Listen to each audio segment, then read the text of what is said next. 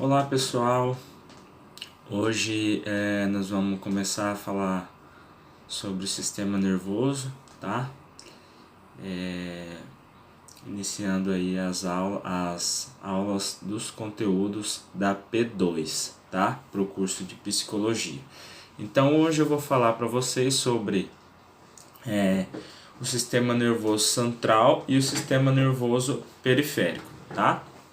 Bom, basicamente o sistema nervoso ele tem como objetivos gerais compreender, né, a compreensão, a origem. Essa aula vocês vão compreender a origem do sistema nervoso, a macroscopia do sistema nervoso central e periférico, reconhecer estruturas do sistema nervoso central e periférico e compreender funções básicas do sistema nervoso e periférico, tá? Bom, o sistema nervoso ele é denominado pela seguinte frase, né? Essa frase ela é do livro do Machado. Os seres vivos, mesmo os mais primitivos, devem continuamente se ajustar ao meio ambiente para sobreviver. Para isso, 3 propriedades do protoplasma são importantes: a irritabilidade, a condutibilidade e a contratilidade. Bom, o que ele está querendo dizer com isso? Ele está querendo dizer que o sistema nervoso é o meio pelo qual, né, os seres vivos eles se interagem com o meio. Nós estamos diariamente interagindo com o meio, né? Então, isso é possível porque existem 3 propriedades do protoplasma, que são a irritabilidade, ou seja, o seu organismo ele tem a capacidade de perceber, certo? Quando um inseto te pica, é sensação de irritabilidade. Quando alguém te toca, sensação de irritabilidade também. A condutibilidade, que é a capacidade de sensores que estão como que se diz, que estão em todo o corpo. Todo o nosso corpo nós temos sensores de temperatura, de pressão, de dor, já falei isso para vocês. Papilas linguais, né, na boca, que também são receptores. Então, essa condutibilidade é a capacidade que esses sensores têm, certo? De, através da irritabilidade, perceber o que está acontecendo e, através da condutibilidade, conduzir esse estímulo até o sistema nervoso central, até o encéfalo, certo? E da mesma forma, quando o encéfalo dá uma ordem para executar algum movimento, por exemplo, também é através da condutibilidade que essa informação vai sair do seu encéfalo e vai chegar até o músculo, até a glândula de origem, tá? Que deve executar a função. E a contratilidade, né, é a capacidade de contração, o próprio nome já diz, certo?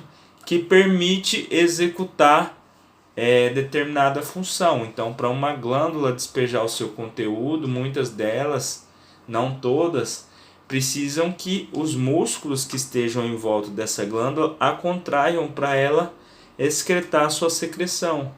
Para você correr, para você andar, para você escrever, qualquer atividade motora, você precisa que tenha a contratibilidade além da condutibilidade, tá? Bom, então o sistema nervoso ele tem origem na ectoderma, que é um dos 3 folhetos embrionários, tá? E ele é formado por células da glia, por astrócito, por células de Schwann, por oligodendrócitos, células ependimárias, entre outras, além dos neurônios, que são os mais famosos, né?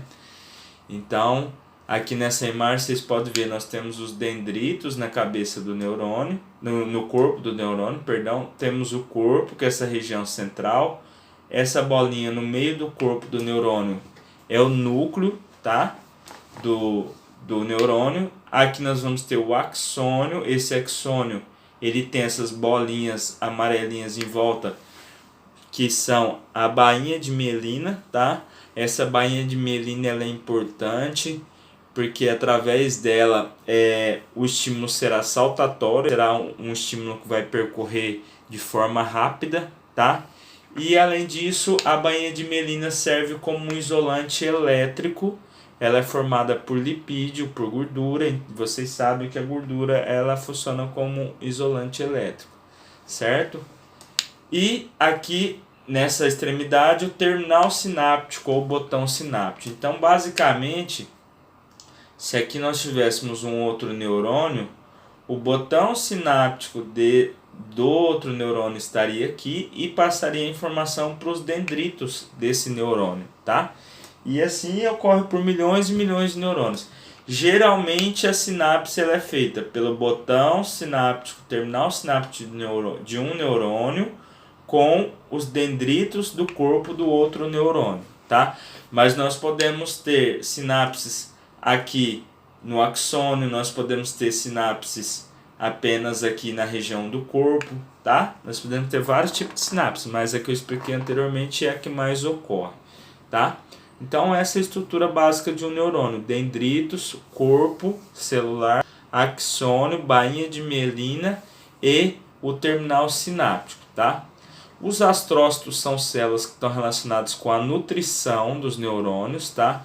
Então os astrócitos eles se ligam aos neurônios e se ligam a algum vaso sanguíneo, porque é através do vaso sanguíneo que vai chegar glicose, que é muito importante para o sistema nervoso. O sistema nervoso nosso, ele gosta tanto de glicose quanto um diabético gosta de doce, que também é glicose. Então, não pode faltar oxigênio e glicose para o seu sistema nervoso central, tá? Então, o astrócito ele retira os nutrientes da corrente sanguínea e fornece para o neurônio, tá? Os astrócitos também estão relacionados com a função de sustentação desses neurônios, tá? E em indivíduos que têm, por exemplo, uma lesão medular, uma ruptura da medula, uma secção da medula, esses astrócitos eles ocupam o espaço da lesão e aí não permite que a medula cicatrize, que ela se emende novamente, certo? Então, quando eles conseguirem descobrir uma forma de impedir a evolução desses astrócitos na lesão neuronal, provavelmente eles vão conseguir a cura para os pacientes que são paraplégicos, tetraplégicos, tá? As células de Schwann e os oligodendrócitos são praticamente as mesmas células, tá? A diferença é que a célula de Schwann ela produz a bainha de mielina nos neurônios do sistema nervoso periférico e os oligodendrócitos que produzem a bainha de mielina nos neurônios do sistema nervoso central, tá? As células ependimárias são células que revestem o sistema nervoso central e são células produtoras do líquor, líquido cefalorraquidiano, que percorre lá na medula e nos ventrículos laterais, no terceiro e no quarto ventrículo lá no cérebro, tá? Entre outras. Bom, aqui está demonstrando, nós temos dois neurônios em amarelinho, certo? E temos o oligodendrócito formando a bainha de mielina desses neurônios. Então, aqui ó. Então, essa célula, como ele está falando que é o oligodendrócito, é um neurônio do sistema nervoso central, tá? Essa célula chamada micróglia, a micróglia é como se fosse um macrófago do sistema nervoso central. São células de defesa, células fagocitárias, tá? E nós temos ainda o astrócito. Perceba que aqui o astrócito está conectado no axônio do neurônio.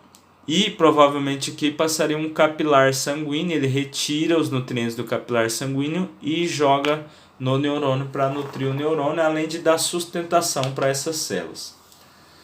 Bom, o sistema nervoso do ser humano ele é dividido em sistema nervoso central e sistema nervoso periférico, tá? Então, basicamente, o sistema nervoso central ele é formado pelo encéfalo, certo? O que seria o encéfalo? Cérebro, cerebelo, tronco encefálico, tá? e pela medula espinhal. E aqui ainda, quando se fala de tronco encefálico, ele vai ser subdividido em mesencéfalo, em ponte e em bulbo, ou medula oblonga, é a mesma coisa, tá? Então, fala-se sistema nervoso central, vocês têm que lembrar, está dentro da cabeça, certo? Mais a medula espinhal. E o sistema nervoso periférico? Nós vamos ter os nervos espinhais, certo? Que é os nervos que saem da medula, e os nervos cranianos. Professor, mas você acabou de falar que tudo que está dentro da cabeça é sistema nervoso central. Bom, os nervos cranianos, apesar da maioria deles sair de dentro do crânio, eles são considerados nervos periféricos, tá? Por quê? Porque muitos deles saem de fora do crânio e se ramificam, levam informações para diversas partes do corpo. Por exemplo, o nervo vago, que vai até lá na bexiga, então ele manda estímulo para o coração, para o estômago, para os intestinos, para a bexiga, certo? Para as vísceras em geral. Então, por isso que os nervos cranianos são considerados nervos periféricos. Além dos nervos espinhais e nervos cranianos, nós vamos ter gânglios e o sistema nervoso autônomo parasimpático, o sistema nervoso autônomo simpático. Eu vou estar explicando cada um deles hoje para vocês, tá? Então, vamos começar falando do sistema nervoso central. Ele é formado pelo encéfalo, tá? Ou seja, pelo telencéfalo, pelo diencéfalo, pelo tronco cerebral, pelo cerebelo, tá? E pela medula espinhal, certo? Que nada mais é do que uma continuação do tronco cerebral. Quando eu falo cérebro, eu me refiro apenas ao telencéfalo, que é essa massa maior, e o diencéfalo que está aqui. Isso é cérebro. O restante é, quando fala-se tudo, encéfalo, tá? Bom, então essa é uma imagem do néter, é uma imagem muito bacana, tá? Aqui nós conseguimos ver o telencéfalo, que é essa massa maior, onde nós vamos ter os giros e os sulcos, tá? Onde nós vamos ter as áreas de Brodmann, que são áreas relacionadas à visão, à audição, ao olfato, à fala, à coordenação motora, área sensitiva primária, secundária, área motora primária, área motora secundária, enfim, é a área pensante, vamos dizer assim, do nosso encéfalo, tá? Aí aqui nós vamos ter o corpo caloso. O corpo caloso é uma estrutura que contém muitas fibras e ele une o telencéfalo direito com o telencéfalo esquerdo. As mulheres elas têm um corpo caloso com a maior quantidade de fibras e também fibras em diversas direções. Isso permite à mulher executar várias ações ao mesmo tempo, diferentemente do homem. O homem muitas vezes ele só consegue fazer uma atividade ao mesmo tempo, certo? Então é porque as fibras do corpo caloso da mulher elas são mais complexas, tá? E isso não cai em prova, isso despenca, tá? Aí nós vamos ter o diencéfalo aqui embaixo, certo? O diencéfalo nós vamos ter aqui mais embaixo do diencéfalo vamos ter a glândula pituitária ou a hipófise, é a mesma coisa, tá? Vamos ter o hipotálamo, o tálamo, o subtálamo e o epitálamo que fazem parte do diencéfalo. Aqui no começo do tronco cerebral nós vamos ter o mesencéfalo, aqui é a ponte, aqui é o bulbo e aqui é o cerebelo, que tem esse nome porque cerebelo significa pequeno cérebro, tá? Aqui nós vamos ter ventrículos laterais, aqui nós vamos ter o terceiro ventrículo, aqueduto cerebral e o quarto ventrículo. E percebam que abaixo do quarto ventrículo ainda continua um canal. Então é por esse sistema que o líquor percorre, tá? Bom, basicamente nós temos três meninges que revestem o nosso sistema nervoso central, que são a dura mater, Então aqui percebam, é como se aqui fosse o osso da cabeça, o crânio, tá? Então nós vamos ter a pele, vamos ter um periósteo, vamos ter o osso da cabeça, e nós vamos ter a dura mater, a aracnoide e a pia mater mais intimamente ligada ao encéfalo, certo? A pia mater é uma película bem fina, transparente, tá? Fica bem aderida ao encéfalo. A aracnoide, nela que contém vasos arteriais, vasos sanguíneos, e é nela também que percorre o líquor. E a dura mater, ela é mais grossa e fica em contato aqui, bem íntimo, com a calota craniana, tá? Essas meninges, elas revestem tanto o encéfalo quanto a medula espinhal. Por isso que a medula espinhal também é chamada de sistema nervoso central. Um dos motivos é esse. O outro motivo é pelo fato da medula estar protegida por osso, assim como o encéfalo, porque o forame vertebral, dentro das vértebras, é por onde a medula passa, então ela tem uma certa proteção óssea, por isso que ela é chamada de sistema nervoso central também, tá? Então, encéfalo é constituído do cérebro. Quando eu falo cérebro, eu falo telencéfalo e diencéfalo, pelo cerebelo e pelo tronco encefálico, que é subdividido em mesencéfalo, em ponte e em bulbo, tá? Então, essa é uma imagem do encéfalo. Tudo isso aqui é encéfalo, certo?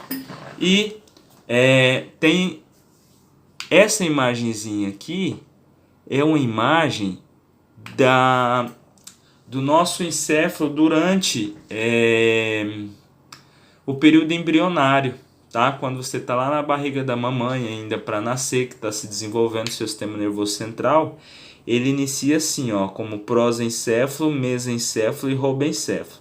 O prosencéfalo vai dar origem ao telencéfalo e ao diencéfalo, ou seja, ao cérebro, ó, certo? O mesencéfalo permanece com o mesmo nome e o robencéfalo dá origem ao metencéfalo, ao mielencéfalo e à medula espinhal. E esses vão dar origem ao ponte, bulbo e cerebelo, certo? Beleza? Então aqui, recapitulando, tudo em vermelho é o telencéfalo, é a massa maior que nós temos de substância branca e cinzenta. Aqui nós temos o diencéfalo, que é subdividido em tálamo, hipotálamo, subtálamo e epitálamo. Aqui em marronzinho é o mesencéfalo, aqui é a ponte e aqui em roxinho é o bulbo. Atrás do tronco fica o quarto ventrículo e o cerebelo. O cerebelo é esse grandão, tá? Bom, então o telencéfalo ele é constituído telencéfalo, certo? Vermelho. Ele é constituído de dois hemisférios cerebrais, um direito e um esquerdo. Tem a presença das fibras comissurais que formam o corpo caloso, que eu já expliquei para vocês o que é, além dos ventrículos laterais. Nós temos o ventrículo lateral direito e o ventrículo lateral esquerdo, certo? Por convenção, fala-se que o ventrículo lateral esquerdo é o primeiro e o ventrículo lateral direito é o segundo, mas eu não gosto muito dessa terminologia, quase não se usa. Fala-se apenas ventrículos laterais, tá? Que são dois, certo? Macroscopicamente, o telencéfalo é esse aqui, certo? Ele é subdividido em lobo frontal, que é essa região que fica próxima da testa, o lobo parietal, que está aqui em cima, certo? Que fica na região do vértice, que é o ponto mais alto ali da cabeça, o lobo temporal, que é lateralmente, e o lobo occipital, que é lá atrás. Além desses quatro, nós temos o lobo da ínsula, mas não dá para ver nessa imagem. Teria que rebater o lobo temporal, o temporal aqui, e o parietal para ver o lobo da ínsula que fica lá embaixo. O lobo da ínsula é muito importante, vocês vão ouvir falar muito deles, porque o curso de vocês é psicologia. E o lobo da ínsula, juntamente com o lobo frontal, eles estão muito relacionados a ações comportamentais, certo? Ao comportamento do indivíduo. Indivíduos que têm lesões no lobo da ínsula e no lobo frontal têm grandes chances de desenvolver distúrbios de comportamento, tá? Então vocês vão ouvir falar muito da ínsula e a gente vai falar um pouco mais sobre ele mais para frente. Então o telencéfalo, se nós pegarmos e fizermos um corte frontal nele, certo?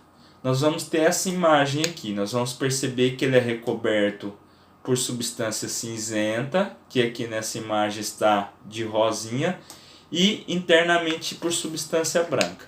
Substância cinzenta, onde tem substância cinzenta eu tenho um acúmulo de corpos de neurônios. Vocês lembram lá que no corpo do neurônio é onde fica o núcleo? Então é a área principal do neurônio, tá? Então onde tem substância cinzenta é cheio de corpo de neurônio. E o axônio é a parte branca. Por quê? O axônio tem a bainha de mielina, que é formada por gordura. Então ela é uma cor amarela esbranquiçada. Então aqui onde tem área branca, toda essa área branca são fibras axonais dos corpos dos neurônios, tá? Então basicamente o telencéfalo externamente nós podemos falar que os seus giros contêm corpos de neurônios mais externamente e internamente substância branca, que são a presença de axônios. Isso também não cai na prova, viu? Despenca. Vocês têm que saber essas coisinhas, viu? Aí aqui nós temos os ventrículos laterais, o direito e o esquerdo. Aí aqui é uma comunicação, vai ter o terceiro ventrículo e mais embaixo vai ter o quarto ventrículo, tá? Aqui nós temos fibras, tá?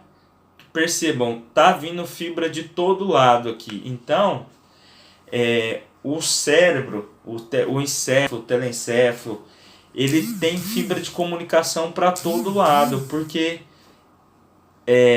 algumas áreas determinam as ações, elas são responsáveis por determinadas ações, mas tem outras áreas que fazem a modulação. Por exemplo, nós temos no telencéfalo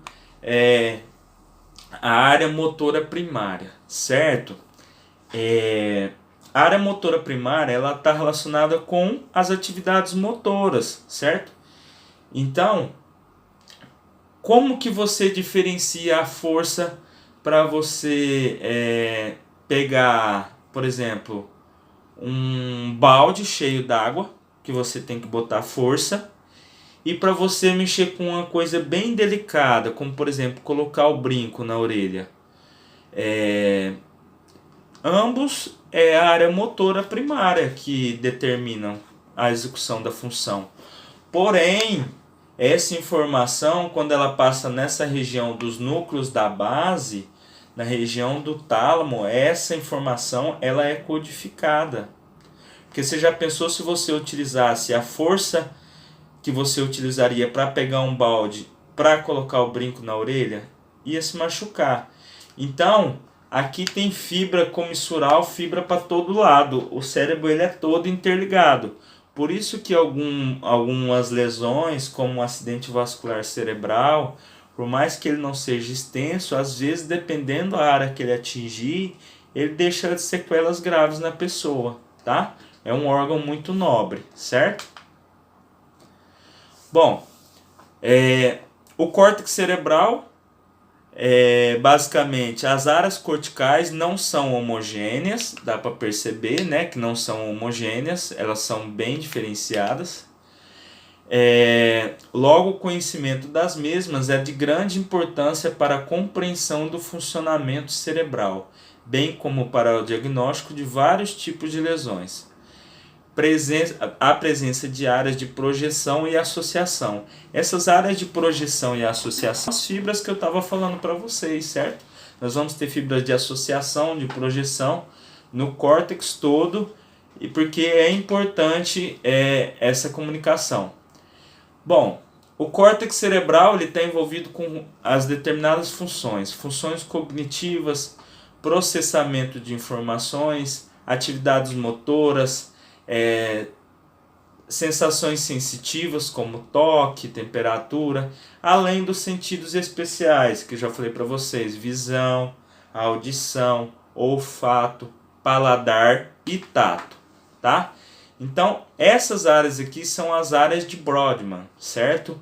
Brodmann foi um cientista que descobriu que determinada região do cérebro é responsável por determinada ação. Então, por exemplo, nós temos aqui o córtex frontal e aqui na área 4 nós temos a área motora primária. Na 5 e na 6 aqui nós temos a área motora secundária, certo? Aqui nós temos o giro central, que divide o lobo frontal do lobo parietal, certo? E aí aqui, nessa região 2, 3, 5, nós vamos ter a área sensitiva primária, a área sensitiva secundária, ou seja, uma lesão nessa área, o paciente pode ter acometimento de perda da sensibilidade. Uma lesão na área motora vai deixar sequela motora. O paciente não vai conseguir movimentar o braço, não vai conseguir movimentar a perna, etc. Temos, por exemplo, a área 17, que lá na região occipital, no lobo occipital. A área 17 é o córtex visual primário, está relacionado com a visão, certo? Nós vamos ter a área 44 e a área 45, que são as áreas de Brodmann. As áreas de Broca. Broca foi o cientista que descobriu essa área 44 e 45 e leva o nome dele. A pessoa, quando tem lesões na área de Broca, fica com a afasia de Broca. Ou seja, o paciente não consegue executar a fala. Ele entende, ele compreende, mas ele não consegue executar a fala. Os músculos da boca dele, da língua, não obedecem ao comando. Da mesma forma, nós temos a área 22, que é a área de Wernicke, que também está relacionada com a fala. Porém, quando há uma lesão na área de Wernicke, o indivíduo não vai compreender, ele vai ter a parte de motricidade da fala intacta, mas ele não compreende. Então, se ele não compreende, ele não consegue executar também. E por aí vai. Nós temos praticamente aí 50 áreas de Broca, tá? Eu falei para vocês as mais importantes que vocês precisam saber, tá? Bom, o diencéfalo, agora nós já estamos saindo do telencéfalo. O diencéfalo é uma estrutura menor que fica logo abaixo do telencéfalo, tá? E ele é subdividido em tálamo, hipotálamo, subtálamo, epitálamo e o terceiro ventrículo. Se lá no telencéfalo ficam os ventrículos laterais, o terceiro ventrículo vai ficar na região do diencéfalo, tá? Então aqui, o telencéfalo está aqui em cima, aqui está o corpo caloso. Aí que nós vamos ter o hipotálamo, tá? Logo abaixo aqui é a glândula hipófise. Nós temos um sistema de comunicação entre o hipotálamo e a hipófise, que é o sistema porta-hipofisário, porque alguns hormônios do hipotálamo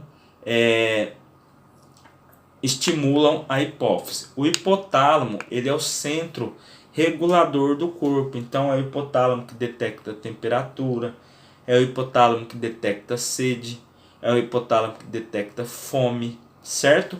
É o termômetro do corpo, assim, para tudo, tá? Aí nós vamos ter o tálamo, tá? Que está aqui, mais em cima, certo? Aqui nós vamos ter essa aderência intertalâmica, porque nós temos dois tálamos, um direito e um esquerdo. E entre os dois tálamos nós temos fibras que são essa aderência intertalâmica, tá? É a mesma coisa que o Fornix faz lá no telencéfalo, tá? Comunicação entre um tálamo e outro. Aí nós vamos ter o sulco hipotalâmico. Esse sulco hipotalâmico é o que divide o tálamo do hipotálamo. Mais aqui embaixo nós vamos ter o subtálamo, tá? E vamos ter aqui o epitálamo, nessa região do corpo pineal. Esse corpo pineal é uma glândula, a glândula pineal fica no epitálamo e está relacionado com a produção de melatonina, com o ciclo circadiano, ou seja, ela que controla o período de vigília, do sono, tá? Então, pessoal, a melatonina é um hormônio que estimula o sono e é formada nessa glândula pineal, que faz parte do diencéfalo, do epitálamo, para ser mais preciso. Lembrando que tem algumas pessoas que tomam melatonina sintética, né? Consegue comprar e toma. Mas se você tomar uma melatonina e você não ficar num quarto escuro por pelo menos 30, 40 minutos, ela não dá o sono. Tem que ter a melatonina e tem que ter escuridão para você conseguir desenvolver o sono, tá? Aí nós vamos ter o aqueduto cerebral, que é o canal de comunicação do terceiro ventrículo, que está mais ou menos aqui, com o quarto ventrículo, tá? Então aqui é o diencéfalo como um todo, tá? Aqui eu já falei para vocês hipotálamo, hipófise, o tálamo mais em cima, o subtálamo aqui e o epitálamo, aqueduto cerebral, quarto ventrículo, cerebelo e tronco cerebral, tá? Aqui, mais uma imagem, ó, aderência intertalâmica que conecta os dois tálamos, tá? O tálamo, o hipotálamo aqui, tá?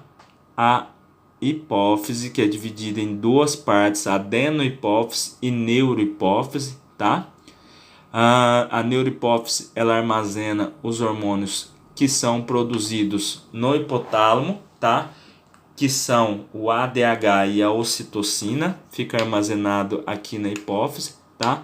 E vamos ter aqui mesencéfalo, ponte, bulbo, quarto ventrículo e cerebelo, beleza? Bom, o cerebelo, ele é chamado também de pequeno cérebro, tá? E ele está diretamente relacionado com equilíbrio, coordenação, controle do tônus. Vocês já ouviram falar que quando a pessoa bebeu muito é porque ela encharcou o cerebelo? Por quê? Porque bêbado perde a coordenação. Se a pessoa beber demais, ela anda cambaleando, ela não consegue executar funções motoras com perfeição, certo? Tem até aquela prova que os policiais colocam quando vê que a pessoa está alcoolizada, pede para fazer o 4, a pessoa não consegue se equilibrar, porque ela está com o cerebelo encharcado de cachaça, de álcool, tá? E o cerebelo, ele tem alguns lobos, tem mais lobos, mas esses aqui são os principais, o anterior, o posterior e o flóculo nodular, tá? No cerebelo nós vamos ter 40 vezes mais vias aferentes do que no cérebro, tá? Então percebam, tudo que vem de via aferente sensitiva passa primeiro pelo cerebelo. O cerebelo modula também essa informação, tá? E ele também tem uma maior concentração de neurônios por área, certo? Em comparação ao restante do encéfalo. Aqui eu coloquei um caso clínico, é uma chamada herniação tonsilar. Essa região aqui do lóbulo nódulo flocular também é chamada de tonsila, certo? E às vezes quando o indivíduo tem um traumatismo craniano que chacoalha toda essa estrutura dentro da cabeça, o cerebelo ele é empurrado para baixo. E quando ele é empurrado para baixo, ele meio que estrangula aqui essa tonsila, esse nódulo flocular, certo? E isso é chamado de herniação tonsilar. Geralmente o indivíduo vai a óbito, porque essa região do tronco cerebral aqui, do bulbo, é onde nós vamos ter o controle da frequência cardíaca, da respiração. Então, geralmente, por causar esse estrangulamento, o indivíduo vai à morte. O tronco encefálico ele é formado pelo mesencéfalo, pela ponte e pelo bulbo. Mesencéfalo, ponte e bulbo, tá? Então aqui, ó, mesencéfalo, ponte e bulbo são os três componentes mesencéfalo, ponte e bulbo. São os três componentes do tronco cerebral, tá? Tronco encefálico é a mesma coisa. Aí o tronco encefálico nós vamos ter a presença do quarto ventrículo, que é esse aqui, tá? Que é um espaço por onde percorre o líquor também. Ele contém muitos corpos de neurônios. O sistema nervoso central no todo contém muitos corpos de neurônios, né? Muitas fibras nervosas, muitos fascículos e tratos. Quando fala-se fascículos e tratos, é um acúmulo de fibras, certo? Se você pegar, por exemplo, um cabo de fio elétrico e você tirar aquela capa externa do fio elétrico, você vai ver que tem vários fiozinhos pequenos dentro dele. Então nós podemos dizer que cada fiozinho daquele é uma fibra nervosa. E aquele conjunto de fios são fascículos ou tratos, tá? E grande parte, ou seja, 10 dos 12 pares de nervos cranianos sai dessa região do tronco encefálico. Ó, dos 12 pares de nervos cranianos, 10 fazem conexão com o tronco encefálico. Apenas o primeiro par de nervo craniano e o segundo, que são o nervo olfatório e o nervo óptico, não saem do tronco encefálico. Os demais, os outros 10, saem do tronco encefálico. Então, tirando o olfatório e o óptico, o oculomotor, o troclear, o trigêmeo, o abducente, o facial, o vestíbulo coclear, o glossofaríngeo, o vago, o acessório e o hipoglosso, todos esses 10 saem da região do tronco encefálico, tá? E lá no mesencéfalo nós vamos ter ainda a presença de colículos, tá? Os colículos inferiores, eles estão relacionados com a audição e os colículos superiores estão relacionados com a visão. Além da parte posterior do corpo pineal, que vai estar ali bem em contato com o mesencéfalo, tá? Então, a audição, ela manda seus estímulos para os colículos inferiores e depois, posteriormente, para os corpos geniculados mediais. E a visão manda seu estímulo, passa pelos colículos superiores e posteriormente para o corpo geniculado lateral, tá? Então o corpo geniculado lateral tá por aqui, ó, medial e lateral. E aqui são os colículos, tá? A glândula pineal tá aqui em cima do mesencéfalo, tá? Aqui é o cerebelo e aqui já é parte de ponte e bulbo, beleza? A ponte, juntamente com o bulbo, é onde está presente o centro respiratório, tá? Então, pacientes que têm acidente vascular cerebral, derrame de tronco cerebral, principalmente de ponte e bulbo, o prognóstico é péssimo. Geralmente morre. Falar a verdade, eu não vi nenhum até hoje que teve um AVC no tronco cerebral e sobreviveu, porque o indivíduo perde o centro respiratório. Se ele perde o centro respiratório, ele para de respirar e vai a óbito, tá? Também é o centro de transmissão de impulsos para o cerebelo, tá? Se vocês prestarem bem atenção, tem uma imagem aqui, ó. Aqui está a ponte e aqui saem fibras da ponte que vão para o cerebelo, tá? Além de fibras que ligam o cérebro à medula, tá? Então, toda a informação que vem do cérebro tem que passar para a medula, passa pela ponte e passa também pelo cerebelo. Por quê? Essas informações têm que ser moduladas, gente. Você já pensou se não fosse modulado, o tanto de dor que a gente ia sentir? Certo? Tá? Então, tudo é modulado. A gente não ia ter a capacidade de distinguir a força para pegar determinado objeto. A gente, na hora de pegar, a gente ia esbarrar e ia derrubar tudo. Mas não, isso não acontece porque essas regiões têm a capacidade de modulação, tá? Então percebam, aqui nós temos saídas de pares de nervos cranianos, tá? Então nós temos o oculomotor, temos o troclear, tá? Vamos ter o abducente, o trigêmeo, certo? o vestíbulo coclear, o trigêmeo está aqui, ó, o vestíbulo coclear, certo? Vamos ter o acessório, o vago, o glossofaríngeo. Então percebam, a grande maioria está saindo do tronco cerebral, exceto o primeiro e o segundo par, tá? O quarto ventrículo fica aqui nessa região, tá? Atrás da ponte e do bulbo e à frente do cerebelo, e é o local de passagem do líquor, certo?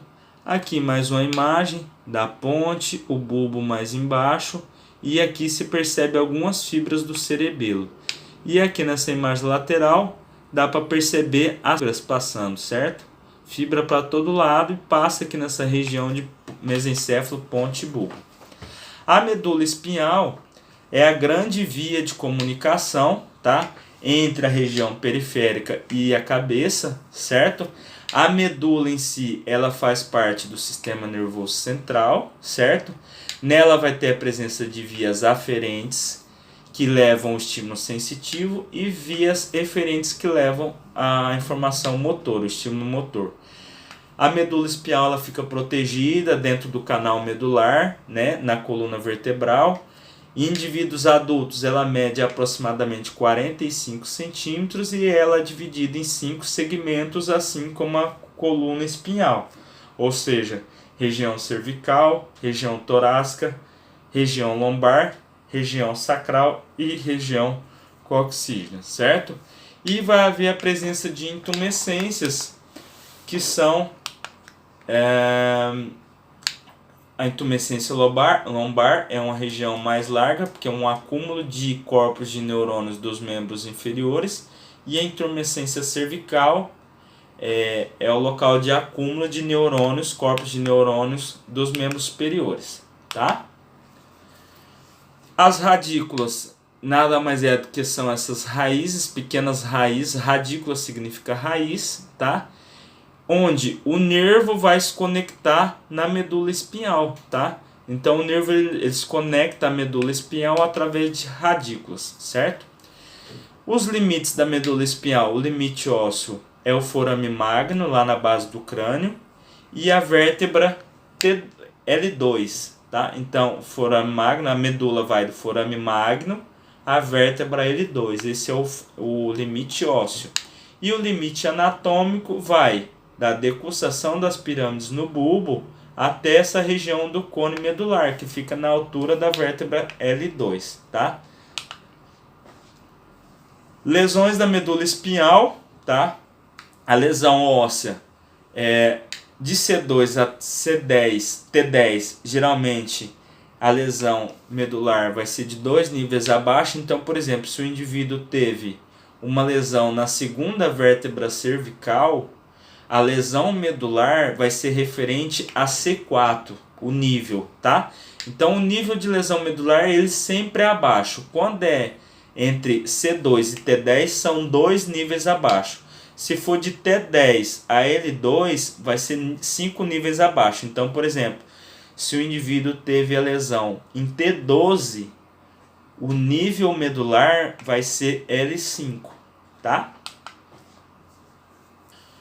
Bom, os espaços virtuais da medula espinhal, nós vamos ter a região epidural, tá? Que é entre o endócio e a dura mater, a subdural, que é entre a dura mater e a aracnoide, e a subaracnoide, que é entre a aracnoide e a pia mater. Esses espaços aqui são muito importantes para anestesistas, eu estou citando aqui, mas vocês não precisam se apegar a isso não, tá? As anestesias, geralmente, elas são feitas abaixo de L2, da vértebra L2, por quê? Porque a medula ela vai até L2, até aqui. De L2 para baixo é chamado caldequina, são apenas fibras. Então, opta-se em fazer anestesia abaixo de L2 para que não ocorra risco de lesão medular pela introdução da agulha, certo? Da agulha no paciente. A medula espinhal ela é um pouco diferente a sua composição em relação ao encéfalo. Lá no encéfalo eu falei para vocês que externamente era substância cinzenta e no meio era substância branca.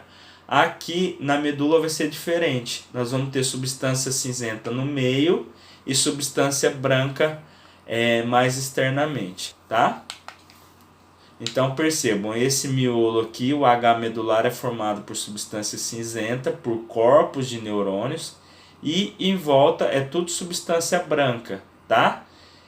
Que são os axônios desses neurônios. É a mesma coisa do encéfalo, só que é invertida as posições.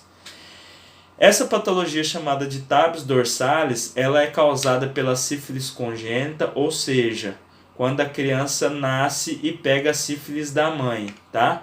Ocorre uma desmielinização lenta, uma degeneração progressiva que compromete os fascículos grácil e cuneiforme da medula. Fascículo grácil e cuneiforme são esses dois posteriores aqui, são vias sensitivas, tá? Então, quando o indivíduo tem essa patologia, ele vai ter sintomas como dor nos membros inferiores, dificuldade para andar, sensibilidade dolorosa no tendão de Aquiles e nos testículos, dificuldades na micção e na defecação e sensibilidade superficial dolorosa dos membros superiores, tá? Nós temos ainda a síndrome de Brown-Séquard. Essa síndrome é uma hemissecção da medula espinhal, ou seja, uma ruptura de apenas um lado da medula, certo? E vai gerar dor, calor e frio perdidos do lado contralateral, tá? Então, a sensibilidade dolorosa para a temperatura vai estar perdida do lado contralateral, certo? Porque vai lesionar a via espinotalâmica,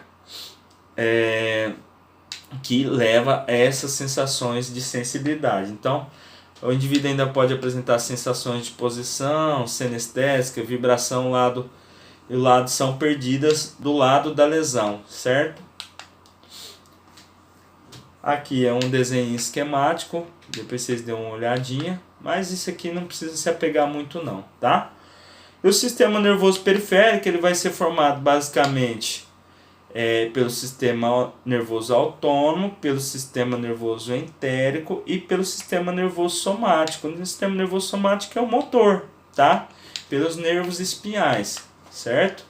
Então, o sistema nervoso somático vai ser responsável por contração voluntária, tá? Sempre excitatória, beleza? Voluntária, contração voluntária. O indivíduo ele tem a intenção de fazer, certo? Apenas o somático é voluntário. Vai ter vias aferentes e vias eferentes, ou seja, vias sensitivas e vias motoras, nervos cranianos, além dos nervos espinhais, tá? Então aqui é uma imagem dos 12 pares de nervos cranianos, tá? E aqui uma imagem dos nervos espinhais. Ambos fazem parte do sistema nervoso periférico. O sistema nervoso somático, então a informação vai vir do encéfalo, vai passar pela medula, vai ser enviada para o neurônio do nervo espinhal até chegar no músculo, certo? Vai ter a participação de um neurotransmissor chamado acetilcolina nesse processo. Lembrando que o sistema nervoso somático é voluntário, ação voluntária. Já o sistema nervoso autônomo tem esse nome por quê? Porque ele não é voluntário, ele é autônomo. A pessoa que é autônoma, ela trabalha o dia que ela quer, ninguém manda nela. E assim acontece aqui no sistema nervoso autônomo. Ele é subdividido em simpático e parasimpático. O sistema nervoso simpático geralmente é estimulador e o parasimpático é inibitório, mas isso não é regra, depende do local, tá? A contração, a estimulação vai ser involuntária, ela vai ocorrer o indivíduo querendo ou não, tá? Vai ter a presença de nervos sensoriais, que são receptores viscerais das vísceras do estômago, da bexiga, do intestino, enfim, tá? E neurônios motores que vão conduzir a informação do sistema nervoso central para o músculo liso, para o músculo cardíaco, para as glândulas. Então você não pensa para estimular o músculo liso do seu intestino a trabalhar, você não pensa para estimular o seu músculo cardíaco a trabalhar, você não pensa para as suas glândulas liberar o conteúdo, os hormônios. Então você não pensa, você não tem vontade, é involuntário, porque o sistema nervoso autônomo toma conta disso aí, tá? Aqui uma representação, basicamente o que vocês têm que saber é que o sistema nervoso autônomo simpático vai ter a presença da noradrenalina como neurotransmissor, e o parasimpático vai ser noradrenalina e acetilcolina, tá? O sistema nervoso entérico ele vai estar relacionado com o intestino, tá? O nosso intestino, nosso sistema digestório está sendo muito estudado, tá? Ele é considerado como segundo cérebro, tá? E o sistema nervoso entérico seria esse cérebro do intestino, tá? Por que o nosso sistema digestório, os intestinos principalmente, estão sendo muito investigados? Porque tem relações, esse sistema, o sistema digestório, que libera esse hormônio, a serotonina, que vocês já devem saber. A serotonina está diretamente relacionada com sensações de prazer, tá? Então, por exemplo, o indivíduo, isso aqui é muito importante para vocês, gente. Indivíduos que têm depressão, geralmente eles têm os níveis de serotonina diminuídos, a produção de serotonina diminuído. E aí o médico pega e passa um remedinho chamado fluoxetina, talvez algum de vocês já até tomou. E a fluoxetina ela vai aumentar a produção da serotonina, por isso que o indivíduo se sente melhor quando toma fluoxetina, certo? Então, o sistema nervoso entérico ele é muito importante nessas funções. Então, indivíduos aí que faz essas dietas aí sem comer carne ou sem comer algum determinado tipo de alimento, tem que pensar que, de certa forma, todos os alimentos são importantes para a gente. Tanto para como que se diz? Para nutrir o seu organismo, porque tem determinados íons, determinadas vitaminas que só tem em determinados alimentos, né? Tanto para isso quanto para a produção da serotonina. Se o seu intestino não trabalha de forma correta, a produção de serotonina vai diminuir, né? E o indivíduo tende a ficar depressivo, tá? Vocês já pararam para pensar que a grande maioria dos casos de depressão são em mulheres, e a grande maioria das mulheres tem o intestino preso também? Então tem correlações, tá? O sistema nervoso entérico ele monitora alterações químicas do trato gastrointestinal e dos graus de distensão das paredes, e a partir daí ele determina as ações. No sistema nervoso entérico nós vamos ter cerca de 100 milhões de neurônios, tá? Que são chamados plexos entéricos. Eles atuam independente do sistema nervoso autônomo e do sistema nervoso central, mas podem receber influência do sistema nervoso via neurônios simpáticos e parasimpáticos. Por exemplo, quando você tem que correr no cachorro, tem uma descarga simpática, vai liberar adrenalina e noradrenalina no seu corpo, e aí vai fazer uma vasoconstrição no seu intestino para chegar pouco sangue no seu intestino. Por quê? Porque você precisa de sangue no coração, no pulmão e nos membros para você poder correr do cachorro. Quando você se livrou desse cachorro, que você chega em casa, o sistema simpático, o seu organismo reconhece que você não está mais em perigo, o sistema simpático desliga e o parasimpático retoma. Quando o parasimpático retoma, ele faz uma vasodilatação na região do seu intestino, e aí, como o fluxo sanguíneo chega rápido, o seu intestino volta a trabalhar rapidamente e te dá daquela dor de barriga, certo?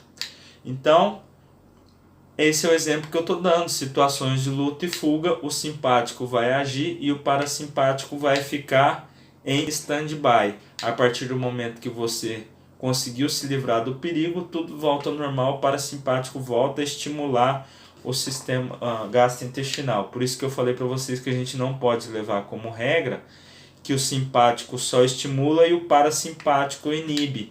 Aqui no sistema gastrointestinal é diferente. O parasimpático estimula o funcionamento do sistema gastrointestinal e o simpático inibe, tá? Então, funções do sistema nervoso. Função sensorial, para você se adequar ao meio, para você saber se tá claro, se tá escuro, se tá quente, se tá frio, se tá chovendo, se não tá, certo? Se uma substância é áspera, se ela é lisa, se a pessoa é bonita, se é feia, tudo que é sensorial está relacionado ao sistema nervoso. Integrativa, processa informações sensoriais, analisa, armazena e gera respostas apropriadas, também são funções do sistema nervoso central. Além das funções motoras, correr, andar, escrever, pular, ou seja, qualquer tipo de movimento que o seu corpo esteja fazendo. Aí eu coloquei essa perguntinha aqui no final, o exercício de fixação, tá? As áreas de Brodmann são importantes para que possam distinguir as áreas lesadas no córtex cerebral com suas possíveis sequelas. De acordo com seu conhecimento de anatomia, a área de Brodmann que corresponde à área visual primária essa será a atividade valendo a presença nessa aula, tá bom? Domingo eu coloco a atividade no SEI e aviso vocês. Tenham todos uma boa noite, bons estudos e fiquem com Deus.